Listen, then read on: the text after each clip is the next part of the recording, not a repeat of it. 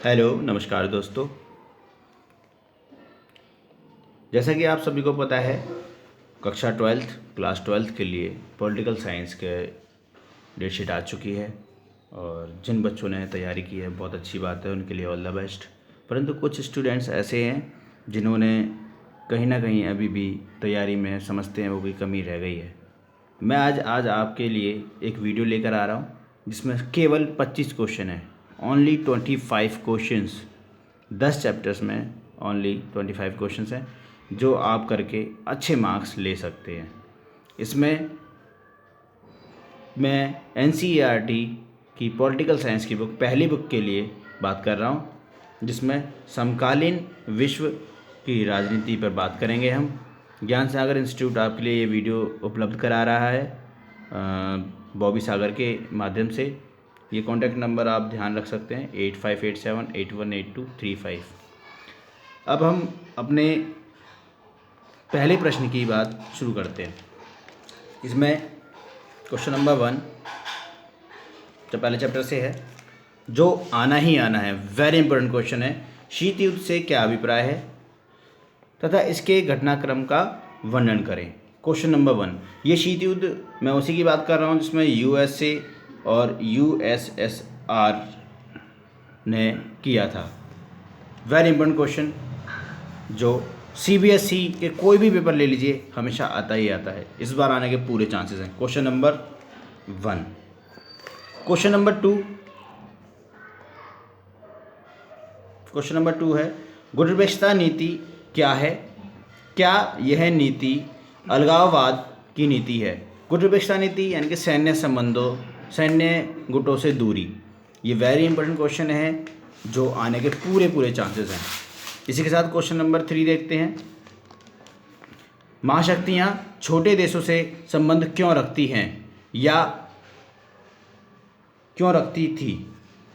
Very important question है। ये ठीक उसी तरीके से है जैसे कोई बड़ा देश छोटे देशों से संबंध रखेगा तो उसे कोई ना कोई आर्थिक, राजनीतिक या सांस्कृतिक कोई भी लाभ प्राप्त होगा, वो ज़रूर रखना चाहेगा संबंध।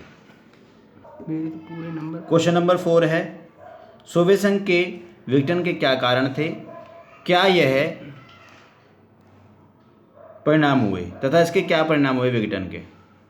सोवियत संघ का विघटन 1991 में माना जाता है, तो इसे बताना है आपको कि इसमें क्यों, परिणाम क्या रहे। ये 6 मार्क्स के लिए वेरी इंपॉर्टेंट क्वेश्चन है, 6 मार्क्स में आ सकता है और आता रहता है ये क्वेश्चन। तो हमने 4 क्वेश्चन की बात करी, ये 4 क्वेश्चन वेरी इंपॉर्टेंट है जो पूछे जा सकते हैं एग्ज़ाम में। अगला क्वेश्चन नंबर 5 पे बात करते हैं। किन तथ्यों के कारण गोर्बाचेव सोवियत संघ के सुधार के लिए बाध्य हुए? मतलब मिखाइल गोर्बाचेव की बात हो रही है यहाँ पर। मिखाइल गोर्बाचेव किस कारण से सुधार करने के लिए बाध्य हुए? क्वेश्चन नंबर 6, 9/11 की घटना जो अमेरिका में घटित हुई थी का वर्णन करें। उसका वर्णन आपने करना है। ये भी वेरी इंपॉर्टेंट क्वेश्चन है, 4 नंबर में आने के फुल चांसेस हैं। क्वेश्चन नंबर 7, अमेरिकी वर्चस्व से क्या अभिप्राय है? अमेरिकी वर्चस्व से अभिप्राय क्या है वो बताना है आपने, तथा इसके वर्चस्व की राह में कौन कौन से व्यवधान है। मतलब इस क्वेश्चन में साफ साफ पूछा गया है आपसे कि अमेरिकी वर्चस्व क्या होता है या वर्चस्व किसे कहते हैं। फिर उसके बाद आपने बताना है कि अमेरिका जो अपना वर्चस्व संपूर्ण दुनिया में कायम कर रहा है उसका क्या तोड़ है, क्यों वो नहीं कर पा रहा है, जिसे विश्व की नंबर 1 शक्ति कहते हैं। क्वेश्चन नंबर 8 पे बात करते हैं। यूरोपीय संघ तथा आसियान संघ के बीच अंतर स्पष्ट करें। मतलब EU, यूरोपीय संघ और आसियान के बीच अंतर स्पष्ट करना है आपने। ये यूरोप का है तो ये एशिया का है। अच्छा, इस क्वेश्चन को एक ही में मर्ज कर दिया गया है। ये अलग से भी पूछ सकते हैं आपसे, दोनों की अलग अलग विशेषताएं पूछ सकते हैं, अलग अलग स्थितियां पूछ सकते हैं, तो मैंने इसे मर्ज कर दिया है एक ही में, तो इम्पोर्टेंट क्वेश्चन है। अगला क्वेश्चन नंबर 9, भारत और चीन के बीच संबंध को स्पष्ट करें। भारत और चीन के संबंध कोई से भी हैं, चाहे वो पॉजिटिव संबंध है चाहे वो नेगेटिव संबंध है, दोनों को ही आपने एक्सप्लेन करना है और इसकी पूरी अच्छी से तैयारी करनी है। वेरी इंपॉर्टेंट क्वेश्चन है ये। क्वेश्चन नंबर 9 की बात करते हैं हम। Question number 9, Pakistan, Bangladesh, question number 10 sorry माफ़ कीजिएगा। पाकिस्तान, बांग्लादेश, नेपाल में किस प्रकार लोकतंत्र स्थापित हुए? लोकतंत्र किस प्रकार स्थापित हुआ है ये आपने बताना है क्वेश्चन नंबर 10 में, जो एक इम्पोर्टेंट क्वेश्चन है। तीनों का अलग अलग भी पूछ सकते हैं, वो अलग अलग ही पूछेंगे, ज़्यादातर चांस पाकिस्तान के हैं। और इसमें बांग्लादेश का गठन जो हुआ था 1971 में, जिसमें पाकिस्तान और इंडिया की लड़ाई भी हुई थी, युद्ध भी हुआ था, जिसे हमने बहुत ही बड़े मार्जिन से जीता। तो उसके बारे में भी एक क्वेश्चन बनता है कि बांग्लादेश किस प्रकार बांग्लादेश का गठन हुआ है बांग्लादेश का, तो आपने ये बताना है। इसके बाद नेपाल की बात करें तो नेपाल भी एक इम्पोर्टेंट क्वेश्चन बन सकता है। तो इसमें 3 क्वेश्चन मुझे लगता है कि 3 क्वेश्चन बन सकते हैं इस क्वेश्चन के ऊपर। अगर आप तीनों को अलग अलग याद करेंगे तो आपके लिए बेनिफिट है और एक लॉन्ग क्वेश्चन साबित हो सकता है आपके लिए। क्वेश्चन नंबर 11 की बात करते हैं। श्रीलंका और तमिल का जातीय संघर्ष क्या था तथा इसका वर्णन करें। ये आपने सुना होगा, सिंहली समुदाय और लिट्टे के बीच जो बात चली थी वो बताना है, जिसमें अपनी शांति सेना भी भेजी थी भारत सरकार ने, परंतु उसे 2 साल बाद ही बुला लिया गया। तो ये एक इम्पोर्टेंट क्वेश्चन बन के उभर सकता है और ये आता है। क्वेश्चन नंबर 12, संयुक्त राष्ट्र संघ की स्थापना कब हुई? ये संयुक्त राष्ट्र संघ UNO है, जिसकी स्थापना 24 अक्टूबर 1945 में हुई थी। क्वेश्चन एक बार दोबारा ध्यान से सुने। संयुक्त राष्ट्र संघ की स्थापना कब हुई तथा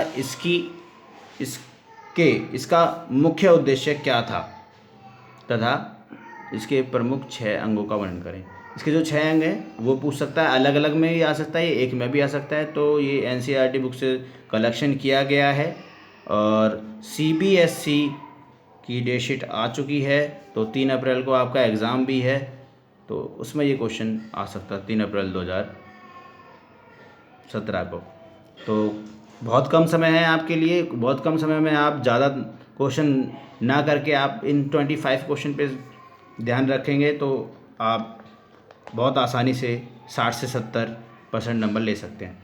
क्वेश्चन नंबर 13, भारत ने किस प्रकार UNO में अपनी भागीदारी की सदस्यता, स्थायी सदस्यता की बात हो रही है, स्थायी सदस्यता पेश की है? तथ्यों का वर्णन करें। इसमें PM मोदी जी ने भी UNO के हेडक्वार्टर में अपना स्पीच भी दी थी। उसमें साफ साफ कहा था कि भारत, साफ साफ उनके शब्द बयान से यह झलक रहे थे, बयान में उनके शब्द की वह स्थायी सदस्यता लेना चाहते हैं और क्यों ना लें, और इसकी दावेदारी भी भारत ने बहुत प्रमुख रूप से प्रकट की है। क्वेश्चन नंबर 14 की बात कर रहे हैं हम। सुरक्षा क्या है? सिंपल सी बात है, खतरे से आज़ादी ही सुरक्षा है। तो सुरक्षा क्या है ये बताना है आपने क्वेश्चन में। और सुरक्षा की पारंपरिक और अपारंपरिक धारणा का वर्णन करें। पारंपरिक मतलब कि एक साधारण शब्द में बाह्य सुरक्षा, और ये अपारंपरिक मतलब आंतरिक सुरक्षा। आप ऐसे याद रख सकते हैं, देखो, आ से अपारंपरिक और आ से आंतरिक, ये ध्यान रख सकते हैं ऐसे। और पारंपरिक मतलब कि 24 घंटे हम अपने बॉर्डर पर फौज तैनात करते हैं अलग अलग दिशाओं में, तो ये परंपरा में आ चुका है हमारी, तो इसलिए इसे परंपरा पारंपरिक कहते हैं ऐसे। और अपारंपरिक मतलब आंतरिक सुरक्षा। तो बहुत इंपॉर्टेंट क्वेश्चन है ये, सुरक्षा के चैप्टर से लिया गया है, समकालीन सुरक्षा में से लिया गया है। तो क्वेश्चन नंबर 14 हो गया है ये। मैं नहीं पकड़ रहा। क्वेश्चन नंबर 15 सुरक्षा के चैप्टर से ही है। खतरे के नए स्रोत कौन कौन से हैं, इनका वर्णन करें। खतरे के स्रोत चाहे वो आंतरिक रूप से हो, इंटरनल हो या एक्सटर्नल, वो बताने हैं आपने। इसमें एक मेन पॉइंट है साइबर क्राइम। साइबर क्राइम के ऊपर भी क्वेश्चन पूछ सकते हैं। क्वेश्चन नंबर 15 है, खतरे के नए स्रोत कौन कौन से हैं, इनका वर्णन करें। इसमें इंटरनल और एक्सटर्नल दोनों हैं। स्पेशल पूछ सकते हैं आपसे साइबर क्राइम के बारे में, जिसमें इंटरनेट के माध्यम से आजकल बहुत ज़्यादा संख्या बढ़ती जा रही है क्राइम्स की, तो उस पर क्वेश्चन पूछ सकते हैं। क्वेश्चन नंबर 16, शक्ति संतुलन किसे कहते हैं, कोई देश इसे कैसे कायम कर सकता है, वेरी इंपॉर्टेंट क्वेश्चन।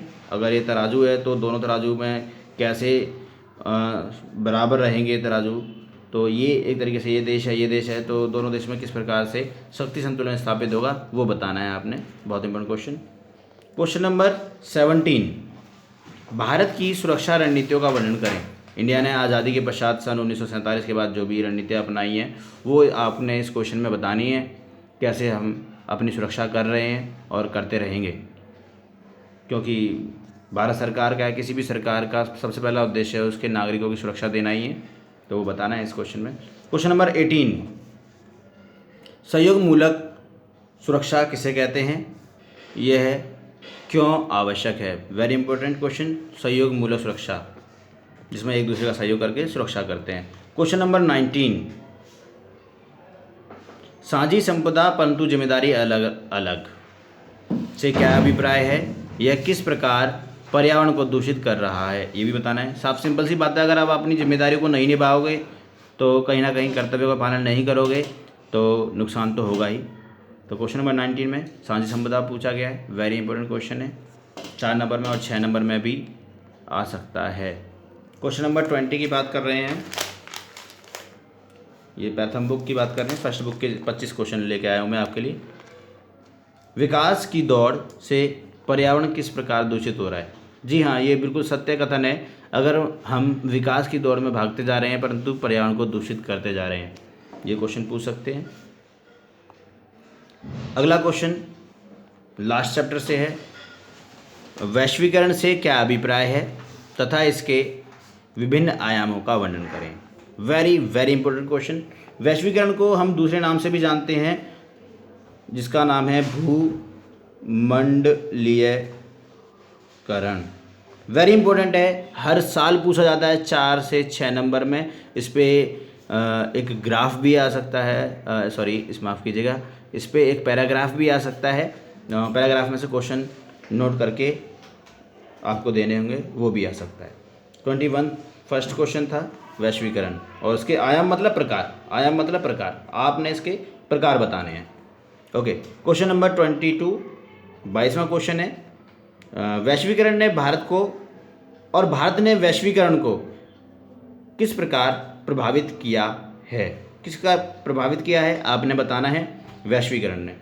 तो वैश्वीकरण का एक अभिन्न अंग है भारत, और भारत ने जो भी कुछ अन्य देशों को दिया है तो इसका मतलब ये होगा कि वैश्वीकरण ने प्रभावित किया है भारत को, भारत ने वैश्वीकरण को प्रभावित किया है।